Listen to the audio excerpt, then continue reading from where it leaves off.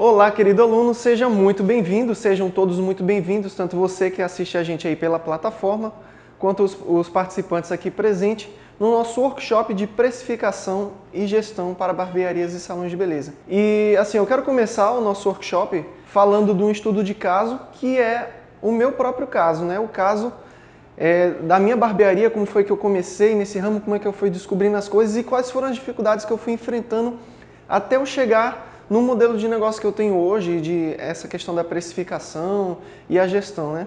E assim, a gente começa, muitas vezes o brasileiro ele começa a empreender de uma maneira muito empírica, né? A gente, preciso de uma fonte de renda, preciso de um dinheiro extra. O que é que eu vou fazer? Eu vou fazer um churrasquinho. Aí o cara pega, se eu vender 10 churrasquinhos a 10 reais, eu tenho 100 reais no dia.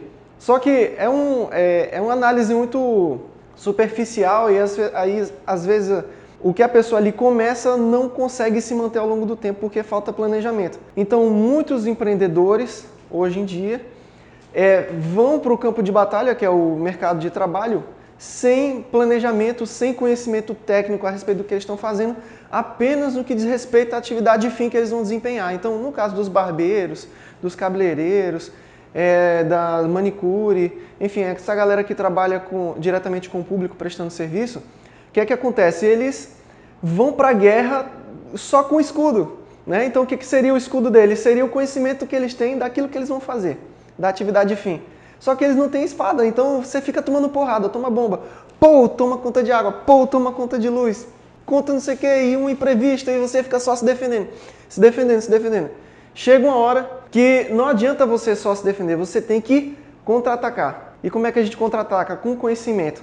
O conhecimento, investir no conhecimento sempre vai te pagar os melhores juros. E é disso que a gente vai falar aqui. Parabenizar vocês que estão presentes aqui, porque com certeza vai trazer maior retorno. Isso aqui vai abrir a visão de vocês, como abriu a minha. E quando abriu minha visão, esse foi o momento mais doloroso na minha carreira como barbeiro e como microempreendedor. Porque foi quando eu percebi como eu estava assim, enxugando gelo, enchendo balde furado, enfim, N maneiras de explicar isso.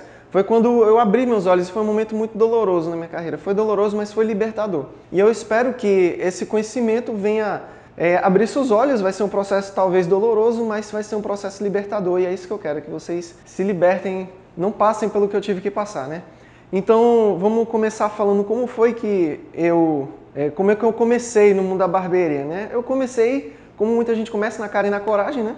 Meus pais me ajudaram a abrir o salão, né? Eles entraram com a parte da estrutura, eu entrei com parte do dinheiro e com a coragem e a fé. Mas eu não tinha 50 centavos para dar de troco, eu nem sabia passar troco. Pra vocês terem ideia, o tanto de prejuízo que eu peguei passando troco errado. Sabe, às vezes meu corte na época era 10, depois subi para 15, aí o cara me dá 50, eu dá 45 para ele. Eu não sabia nem passar troco. Então já comecei pegando bomba aí, né? Você centralizar ali todas as atividades em você, a gente começa pegando bomba. E é uma característica do microempreendedor individual. É uma característica do barbeiro, é uma característica do cabeleireiro, é uma característica da manicure, é uma característica, enfim, dessas pessoas que trabalham diretamente com o público aí em prestação de serviço. A gente tende a centralizar em nós a figura do RH, a figura do contábil, do financeiro. Enfim, você tem que controlar tudo. Você tem que ter aquela conversa difícil com o seu barbeiro ali que está terceirizando serviço para você. Você tem que cobrar que eles mantenham postura, que eles se limpem, enfim. O que acontece é que muitas vezes o dono da barbearia está envolvido no processo de produção da barbearia, ou seja, ele está ali trabalhando na linha de frente cortando. Existem outros casos que a pessoa não corta? Existem. Mas, via de regra, a gente geralmente começa cortando. E o que acontece? Você fica muito dividido entre o gerencial e o operacional. Você ali trabalhando, cortando e chega gente e você tem que pular almoço, você não tem tempo, quando termina no final do dia você está tão esgotado que você não consegue fazer um fluxo de caixa. Isso foi uma das coisas que aconteceu comigo. Como eu falei para vocês, eu comecei pegando bomba, passava troco errado, não sabia não tinha a menor noção de como tocar uma empresa, né? Como a gente entende que é uma empresa. Então eu fui tocando como eu acreditava que seria uma empresa. Só que meu pai sempre, poxa, você está anotando quantos clientes estão entrando? Poxa, você sabe quanto é que você está fazendo por mês? Poxa, qual é o seu salário? E meu pai sempre ficava me fazendo essas perguntas. E sempre que ele me perguntava, eu ficava chateado, triste, porque eu não sabia responder. E ele dizia, poxa, então você não sabe o que você está fazendo. Você tem que estudar. E aquilo me deixava, me fazia eu me sentir mal, né? Porque eu estava ali desempenhando um muito bom trabalho como barbeiro, cortando cabelo, mas eu não estava sabendo administrar a empresa do aspecto gerencial, né? E quanto mais eu me dedicava a uma coisa, mais a outra ficava falha. Até que eu vi a necessidade de ter esse controle. Então, o que é mínimo? Primeiro passo mínimo para você gerenciar a sua barbearia. Você tem que ter um controle de tudo que entra, de tudo que sai. O nome disso é fluxo de caixa. E pode não ser novidade para vocês isso que eu ainda estou falando agora, mas só para a gente entender, então, todo mundo que você corta, você tem que anotar. Você tem que anotar quem você cortou, de preferência pega os dados dessa pessoa para você manter um marketing de relacionamento, para você poder conversar com essa pessoa. E você tem que anotar o nome dessa pessoa, quem você cortou, qual foi o serviço, você tem que descrever tudo que você fez ali no dia. Olha, eu cortei o cabelo do Aleph, foi R$25, mas R$5 foi sobrancelha. Um exemplo. Então eu cortei o cabelo do Aleph e ainda fiz sobrancelha. 20 cabelos, 5 sobrancelhas. Você tem que ter tudo isso na ponta do lápis. Você tem que ter esse controle. E eu não tinha o controle. Então esse foi o primeiro passo que eu descobri que eu precisava de ter um controle do que eu estava fazendo. Eu não sabia quantos clientes eu estava atendendo, não sabia quanto eu estava faturando por dia, eu não sabia quanto fazia por mês, não sabia quanto eu tinha que pagar. Realmente eu comecei assim,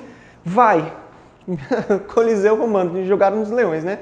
E aí eu fui... Já estava com o aluguel certo, né? E a gente só quer saber naquela hora de partir para a guerra. Não, preciso conseguir a grana. Preciso trabalhar, conseguir a grana. A gente tende a ficar menos eficiente com o tempo, né? A gente tende a ser mais assertivo, né? Pô, cortar melhor, cortar mais rápido, beleza. Mas a gente cansa e a gente sempre procura o menor esforço, né? Tá, eu não vou fazer isso porque a gente sempre procura maneiras de se boicotar. Então eu comecei a fazer um controle de quem eu estava cortando, qual dos meus barbeiros estava cortando, quanto barbeiro estava fazendo. Primeira coisa que eu percebi era que 80% do faturamento vinha dos meus cortes. Outra coisa que eu percebi também era que o que eu mais faturava eram cortes. Então você tem que fazer essa análise na sua barbearia. Qual é o teu carro-chefe?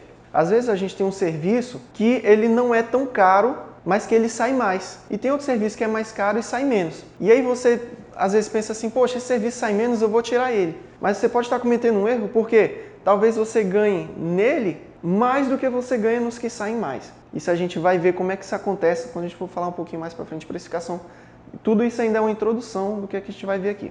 E aí eu comecei a anotar, só que eu não sabia como é que fazia a parte da divisão do dinheiro. E isso é onde eu tenho certeza que 99,9% das barbearias, dos salões dos barbeiros, enfim, a galera peca e esse é o calcanhar de Aquiles desse nosso ramo. Porque o nosso ramo de beleza, ele tem um regime próprio, vamos dizer assim.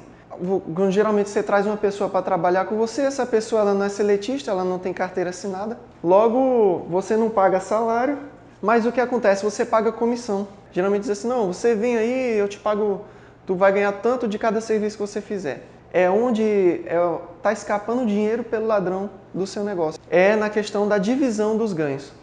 Então eu comecei a trabalhar com o pessoal e eu achava justo dividir 50%, meio a meio, né? 50-50. Só que o que acontecia? Eu fazia um volume de vendas maior, como eu falei para vocês, do que os meus barbeiros. No final das contas, eu ficava com menos dinheiro e eles com mais dinheiro. E eu não entendia o que estava acontecendo. E fiquei um bom tempo desse jeito.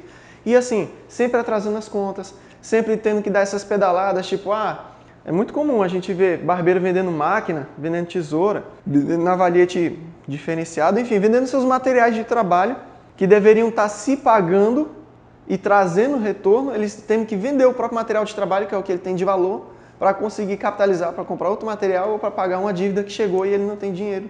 E isso aconteceu muito comigo, eu tive que desfazer de muitas coisas, né? E é muito comum você ver isso acontecendo. E a gente fica se perguntando assim, poxa, por que grandes nomes da barbearia conseguem lucrar? Por que eles conseguem fazer uma barbearia com 20, com 30 cadeiras, com um monte de profissional? Os caras conseguem botar chopp, cafezinho, não sei o que, massagista, chofé, enfim, uma série de coisas, né?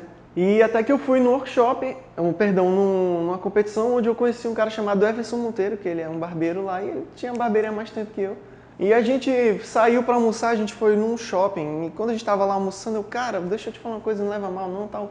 Quanto é que tu faz por dia? Qual é que é a média dos teus atendimentos? Tem dia que tu não faz nada? E para minha surpresa, isso é uma coisa que acontece muito. Tem dias que você não vai faturar nada, tá? Vai ter dias que você não vai faturar nada, vai ter dias que você vai fazer um corte, vai ter dias que você vai faturar muito. Não tem como prever essa oscilação. É natural do mercado, você não tem como saber que 5 pessoas vão entrar na sua barbearia naquele dia, não tem como prever isso. Existem maneiras de a gente prever com mais assertividade qual vai ser a média de faturamento daquele dia. Existem maneiras de como fazer isso, como por exemplo o agendamento. Se você tem 5 clientes agendados, você sabe que são 5 clientes de corte, você pode prever quanto possivelmente você vai faturar naquele dia. Mas acontece que tem dias que você não fatura e eu comecei a conversar, cara, tem dia que tu não corta nada, porque tem dia que eu não corto ninguém, cara, eu fico agoniado na minha barbearia, porque é um dia perdido que eu não faturei e eu já vou ter que compensar no outro dia. E aí ele me respondendo e ele rindo de canto de boca, né? E aí disse assim, o que foi, cara? Ele fala mais, e eu perguntando, e quanto é que é a média do teu serviço? E assim, é sempre muito equivalente, né? A gente não vê grandes discrepâncias de valores, exceto aquelas barbearias que elas têm uma proposta assim bem diferenciada mesmo, onde o valor agregado ao serviço ele supera em muito, então eles conseguem cobrar um ticket médio maior para cada serviço. Mas a gente sabe que está meio que nivelado essa questão da precificação, né? Então eu vi que muitas coisas que aconteciam comigo aconteciam com ele, mas aí eu perguntei dele assim, ele perguntou de mim, tá, e quanto é que tu paga para os teus barbeiros? Aí eu falei 50%. Aí ele, tá, mas quanto é que é 50%?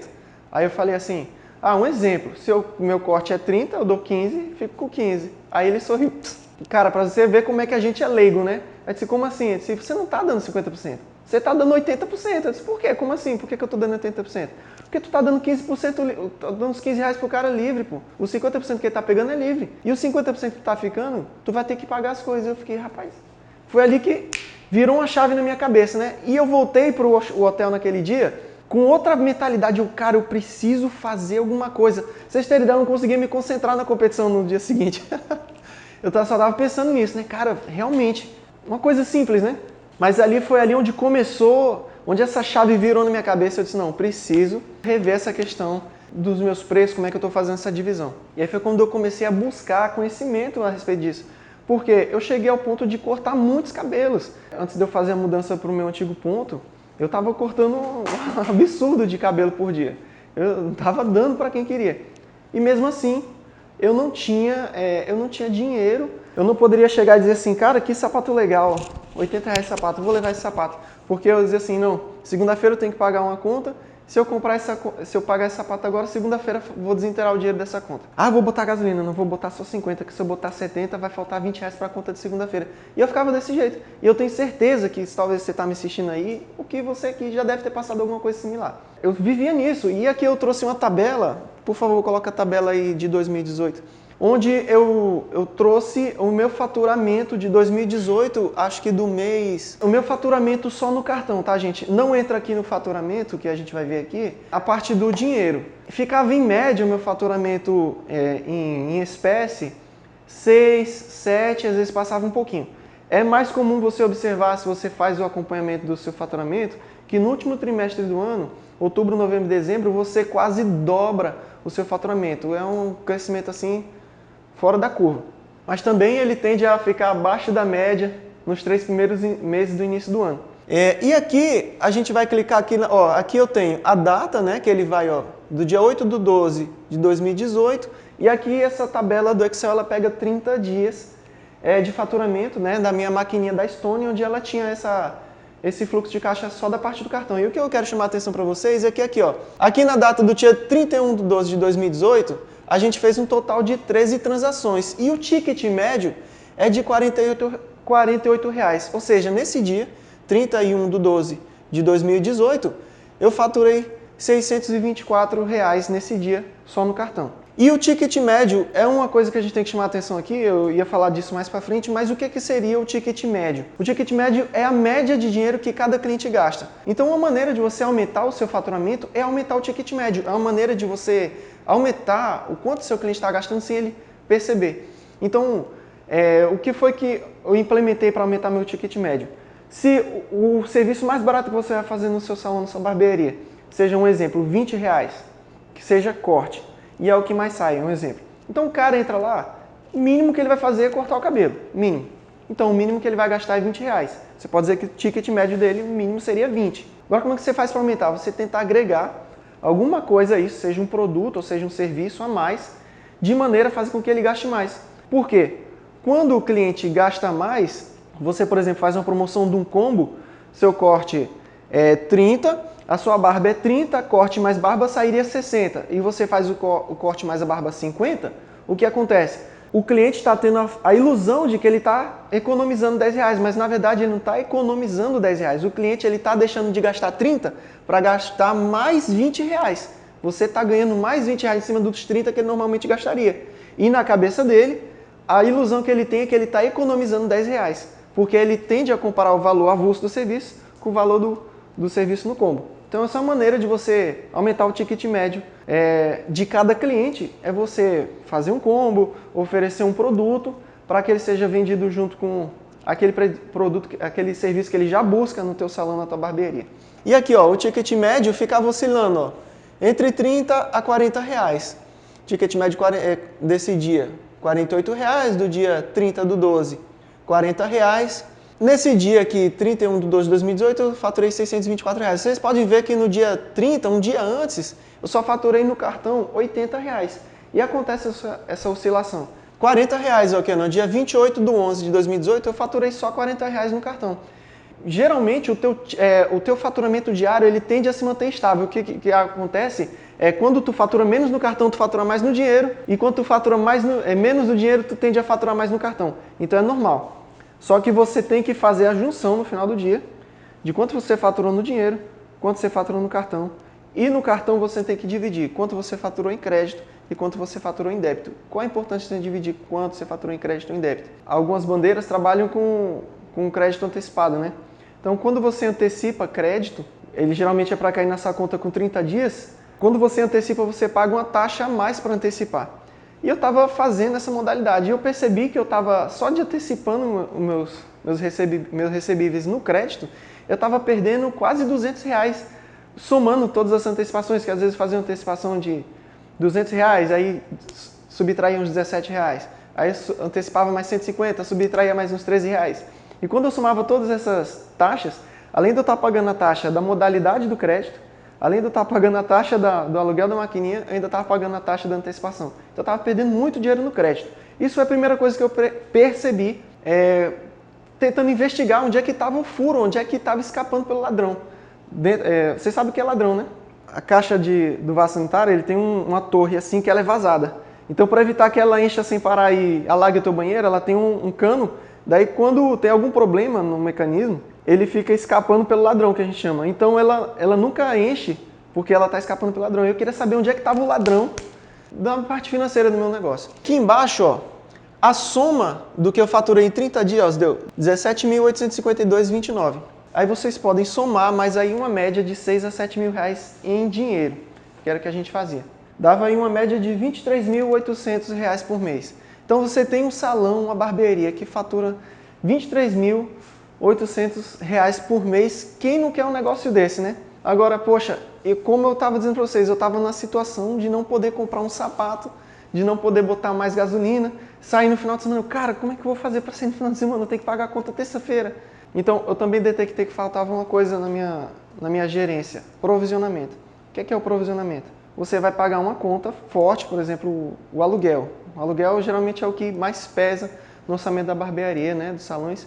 Então você vai pagar o aluguel dia 20. Você tem que todo dia fazer um aprovisionamento de um pouquinho do que você faturou, para quando chegar no dia 20, você ter aquele dinheiro. Não adianta você, nos últimos 10 dias antes, do dia 1 ao dia 10 você não juntou nada, aí do dia 10 ao dia 20 você tenta juntar para pagar o aluguel, você vai ter que aprovisionar dobrado. Agora, como é que a gente geralmente faz esse aprovisionamento? Conversando com donos de loja, de roupa, donos de loja de esses cacareco eletrônico, o que é que geral em peso do empreendedor brasileiro faz? Qual é a mentalidade que a gente tem? Como eu falei, a gente entra na cara e na coragem, né? Como é que o pessoal faz? Eu disse, não, você primeiro paga as suas contas, o que vier depois disso é lucro. Tá certo? Tá ético, né? Vamos dizer que tá ético. Não tá certo. Por que não tá certo? Se você passar 30 dias para pagar seu aluguel, quer dizer que você só trabalhou para pagar? Significa que o ponto de equilíbrio da tua empresa ela está muito próximo do final do mês. Então, se a gente tem se a gente traçasse aqui um gráfico onde esse eixo aqui representa o ganho e esse aqui o tempo, os nossos custos fixos, que a gente vai já explicar, eles tendem a se manter constantes. Por quê? Porque eles são fixos. Os nossos custos variáveis, eles tendem a aumentar. E, proporcionalmente aos custos variáveis, também tende a aumentar o faturamento. A partir do momento que o teu faturamento e o custo variável eles se cruzam e aí o teu faturamento excede os custos, a partir daquele momento você está tendo lucro. Então, empresas que tendem a, no gráfico, o ponto de equilíbrio, que é onde os custos variáveis, os custos totais e as receitas, elas estão ali juntas, elas, por exemplo, dia 6, o valor das tuas receitas ficou igual ao valor dos teus custos totais. A partir do dia 6 ali, você atingiu o ponto de equilíbrio. Empresas em que a saúde financeira tende o ponto de equilíbrio tende a ficar mais para o fim do mês, eles têm a saúde financeira mais debilitada. Significa que o que você está faturando não está tendo margem suficiente para ultrapassar os teus custos. E a gente vai entender isso aqui matematicamente. Nenhum desses números que eu estou trazendo para vocês, gente, foi criado, foi inventado, são os números dos meus casos, tá? Do meu caso, tá certo? Então, são números que refletem a realidade. Então, como é que a galera faz? Eu vou trabalho, e aí o pessoal diz assim, porra, meu negócio também tá assim, chega o dia 20, eu consegui pagar as coisas, aí no dia 20 o fluxo já começa a cair, aí no dia 25 eu já consegui fazer um dinheirinho, e no dia 25 pro dia 30 já não tem mais nada. O que é muito comum acontecer. Muito comum no início do mês, o servidor público recebe salário, aí a gente tem aquele gráfico crescente, né? Vai vindo gente, você vai faturando. Aí, depois do dia 15 do mês, é a galera só se segurando no cartão de crédito, e aí vai caindo cada vez mais o seu fluxo. Então, meio que você ali tem que se virar até o dia 15 para pagar tudo.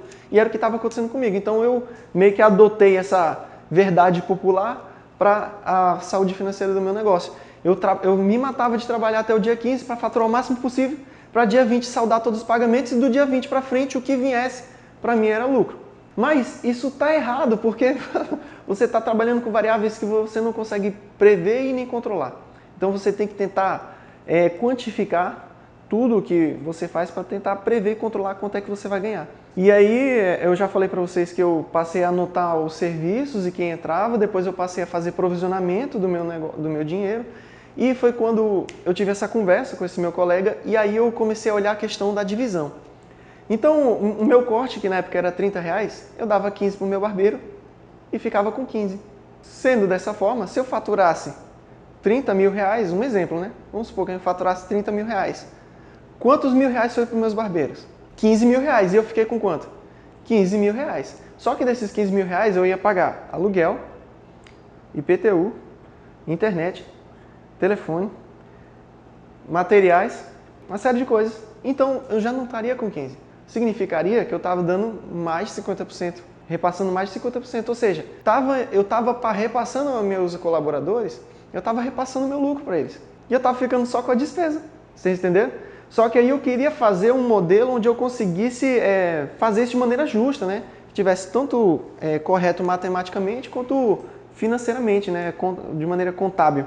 E aí eu fiquei doido procurando conhecimento, tal, e você procura o Sistema S, procura os especialistas lá. Só que formação de preço em serviço não é tão simples como informação de preço de uma mercadoria. Porque numa mercadoria, esse talco aqui, né? Você compra ele, você bota um valor acima do valor que você comprou e a gente vai chamar isso de margem. Vamos dizer que você compra esse produto aqui a R$3. Você bota uma margem de R$2, você vai vender ele a quanto? A 5. Você comprou a 3, vai botar a margem de R$2, você vai vender a 5. É mais fácil a gente fazer a precificação de um produto. Agora, quando a gente fala da precificação de um serviço, ele é muito mais subjetivo, é muito mais difícil, porque tem muitos itens que compõem a precificação de um serviço. E eu percebi que um do ladrão que estava escapando o meu lucro também na precificação do meu serviço era essa questão da comissão. Só que, como é um processo muito metódico, muito detalhado, você tem que sentar e você tem que calcular na calculadorazinha, você tem que fazer o cálculo de cada insumo que você utiliza, ver o que é custo fixo, ver o que é custo variável. É um trabalho bem chatinho. E às vezes você procura a ajuda desses especialistas e eles não sabem te orientar, porque eles estão mais acostumados a fazer precificação de produto. E onde é que está o nosso erro como barbeiro? É achar que com o serviço você pode escalar a níveis muito grandes. Porque quando você faz um serviço, você está ali preso àquela pessoa.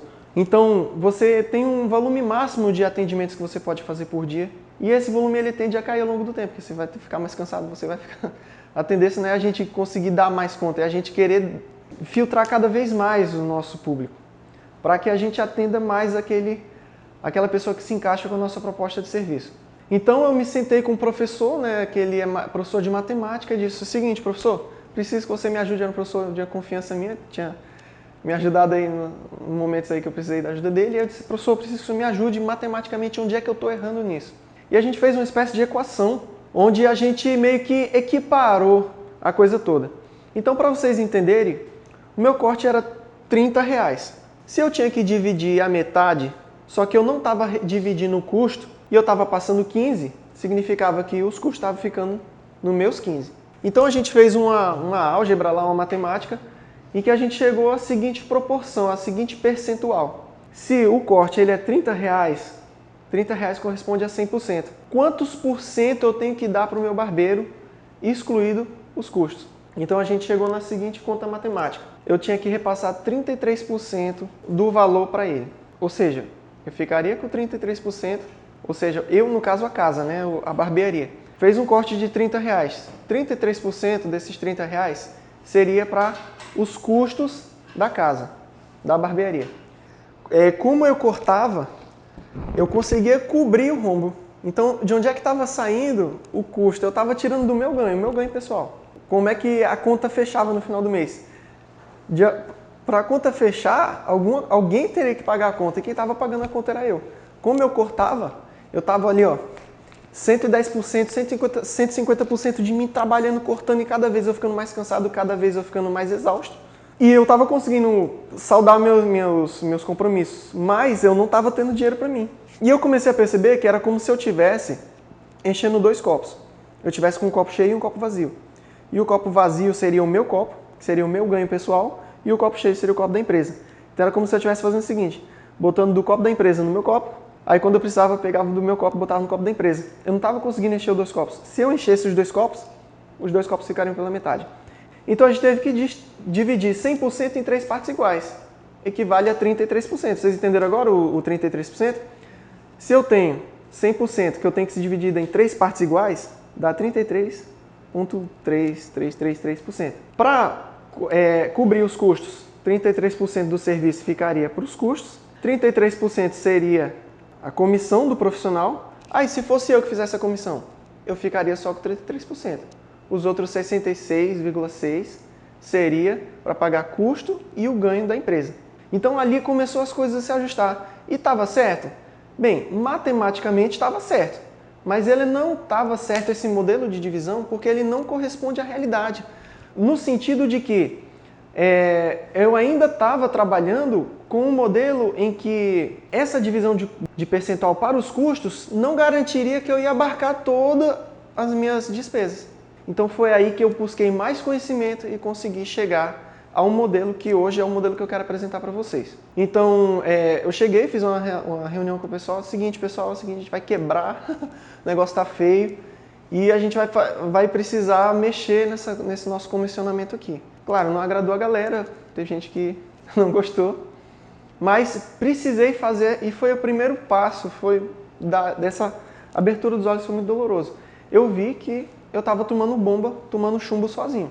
Então, se eu fizesse um corte de R$30 e eu tinha que um terço era para os custos, um terço era a comissão e outro terço era o lucro da barbearia. Só que olha onde é que está errado isso aqui. Se eu tenho um custo total por mês, certo? De R$4.000, um exemplo.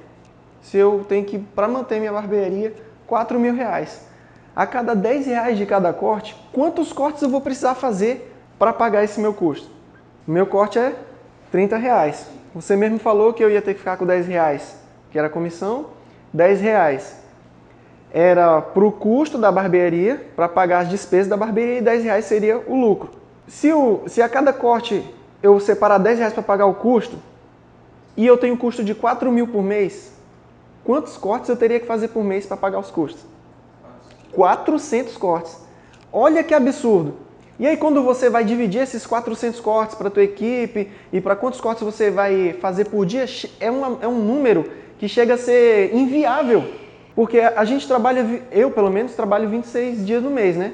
Um mês de 30 dias, eu trabalho 26 excluídos os domingos. Então eu trabalho de segunda a sábado, de 30 dias eu trabalho 26 excluídos os domingos, 4 domingos do mês. E em cada dia que eu trabalhava, eu conseguia atender 3 clientes de manhã e 4 à tarde. Daria uma média de 7 clientes por profissional. Então, 7 clientes por profissional, por dia, vezes a quantidade de profissionais, e isso te dá a capacidade máxima que tu consegue atender. Você está entendendo? Isso é um número que você tem que ter. Quantos clientes você consegue cortar por dia? Qual a capacidade máxima que a tua empresa consegue abarcar de atendimentos? Isso você tem que saber. E aí eu vi que ficava inviável cortar 400 cortes por mês.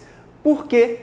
Exatamente porque você não tem como controlar essa variável, você não tem como garantir que 400 pessoas vão entrar no teu salão. E no mês que tu cortar 394, de onde é que vão vir as outras 6 pessoas? De onde é que vai vir esse dinheiro? Então, esse modelo, ele não compreendia, ele estava matematicamente correto, mas ele não compreendia a realidade, ele não conseguia abarcar os custos. E foi aí que eu fui um pouquinho mais a fundo.